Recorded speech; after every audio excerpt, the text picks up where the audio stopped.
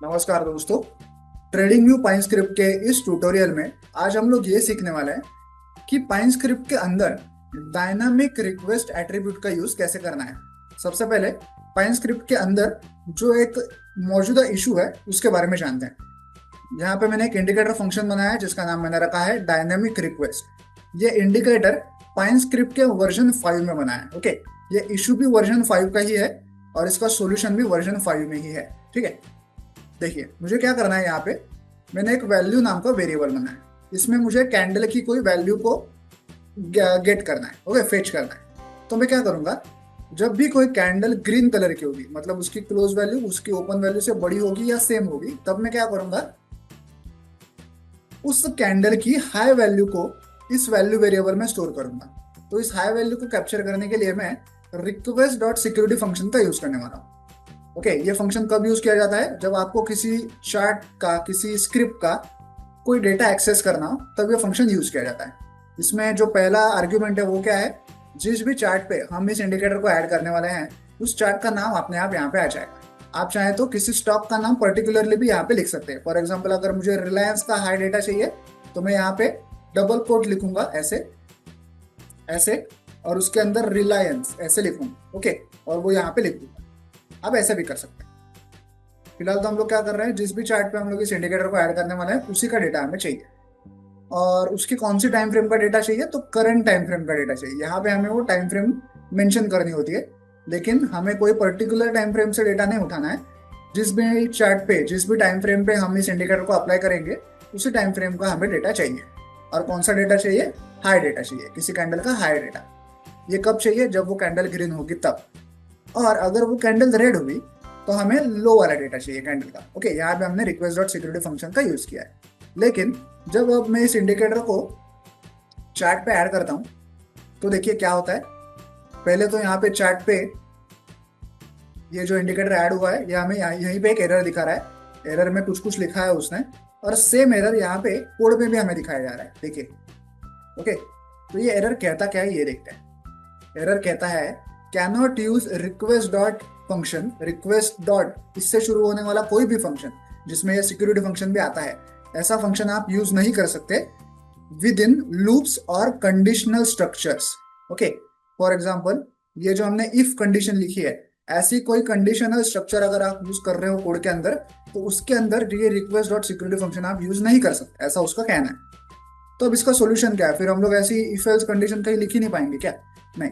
तो फिर उसके लिए पाइन स्क्रिप्ट के वर्जन 5 में उन्होंने एक सोल्यूशन ला के दिया हमें कि आप ये वाला एट्रीब्यूट लिखो।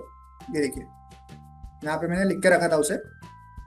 आपके इंडिकेटर फंक्शन के अंदर आपको ये वाला एट्रीब्यूट लिखना है, डायनेमिक अंडरस्कोर रिक्वेस्ट, और इसकी वैल्यू आपको ट्रू रखनी है। इसकी बाय डिफॉल्ट वैल्यू फॉल्स होती है। ओके, अब जब मैं इसको ट्रू कर रहा हूँ और इंडिकेटर को सेव कर रहा हूँ तो देखिए वो एरर अब चला गया है। यहाँ पे कोई भी एरर नहीं है, और चार्ट पे भी अब इंडिकेटर पे कोई एरर नहीं है। उल्टा इंडिकेटर ने अभी आउटपुट प्रिंट करना शुरू कर दिया है। आउटपुट देखिए कैसे प्रिंट कर रहा है वो, जब जब जब जब कैंडल ग्रीन होती है तब तब ये जो ब्लू कलर की लाइन है वो उस कैंडल की हाई वैल्यू को टच कर रही है, और जब जब कैंडल रेड होती है ये ब्लू कलर की लाइन कैंडल के लो वैल्यू को टच कर रही है। ऐसा ही हमने कोड किया था।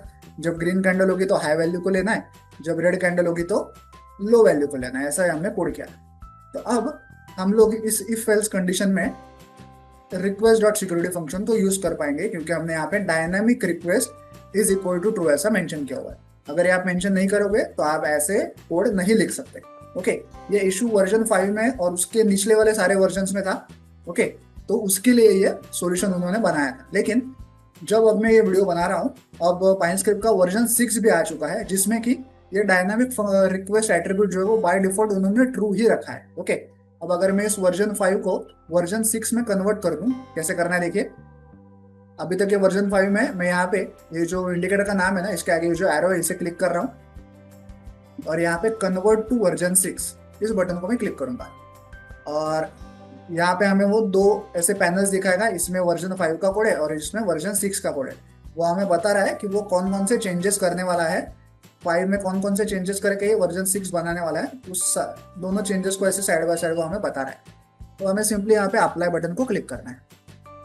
तो देखिए यहाँ पे वर्जन 6 का कोड हमारा तैयार हो गया। ओके, उसने पूरा कोड चेंज कर दिया वर्जन 6 में। ओके, अब अगर मैं इसे सेव करूँ तो अभी भी इसमें कोई एरर नहीं है, लेकिन फिलहाल अभी इसमें हमने जो डायनामिक रिक्वेस्ट टू लिखा हुआ था वो लिखा हुआ है। अब अगर मैं इसे निकाल दूं और फिर सेव करूं तो क्या होगा, एरर आएगा क्या? देखिए, डायनामिक रिक्वेस्ट टू ऐसा नहीं लिखा है मैंने एक्सप्लिसिटली, फिर भी यहाँ पे एरर नहीं आ रहा है कोई। और सेम एरर आपको चार्ट पे भी नहीं दिखाई देगा। ओके, चार्ट पे भी इंडिकेटर ठीक से चल रहा है। चाहिए तो एक बार फिर से ऐड करके देखते हैं, ऐड टू चार्ट करते हैं। देखिए, इंडिकेटर अभी भी ठीक से चल रहा है। क्यों ऐसा? क्योंकि अभी वर्जन 6 में उन्होंने क्या कर दिया है कि डायनामिक रिक्वेस्ट वाला जो हमारा एट्रीब्यूट है ये वाला, उसको बाय डिफॉल्ट ही उन्होंने ट्रू कर दिया है। ठीक है, तो ये सॉल्यूशन मैं आपको इसलिए बता रहा हूँ कि बहुत सारे ऐसे कोड्स होंगे आपके पास, या आप ट्रेडिंग व्यू में अगर कोई कोड सर्च करें जो कि वर्जन 5 और उसके पहले वाले वर्जन में लिखे होंगे। ओके, क्योंकि वर्जन 6 तो अभी अभी नया नया आया है, तो ज्यादा कोड वर्जन 6 में लिखे नहीं होंगे अभी तक। ओके, बहुत सारे कोड्स वर्जन 5 और वर्जन 4 में ही होंगे फिलहाल। तब अगर आपको ऐसा कोई कोड लिखना है, तब आपको डायनामिक रिक्वेस्ट वाला फीचर जो है वो काम आएगा आएगा। ठीक है, तो आई होप आप ये पूरा ट्यूटोरियल समझ गए होंगे। वीडियो में दिखाए गए इस कोड को डाउनलोड करने के लिंक मैंने वीडियो के नीचे डिस्क्रिप्शन बॉक्स में दे दिया, आप चाहे तो वहां से कोड डाउनलोड कर सकते हैं। वीडियो को एंड तक देखने के लिए धन्यवाद, थैंक यू।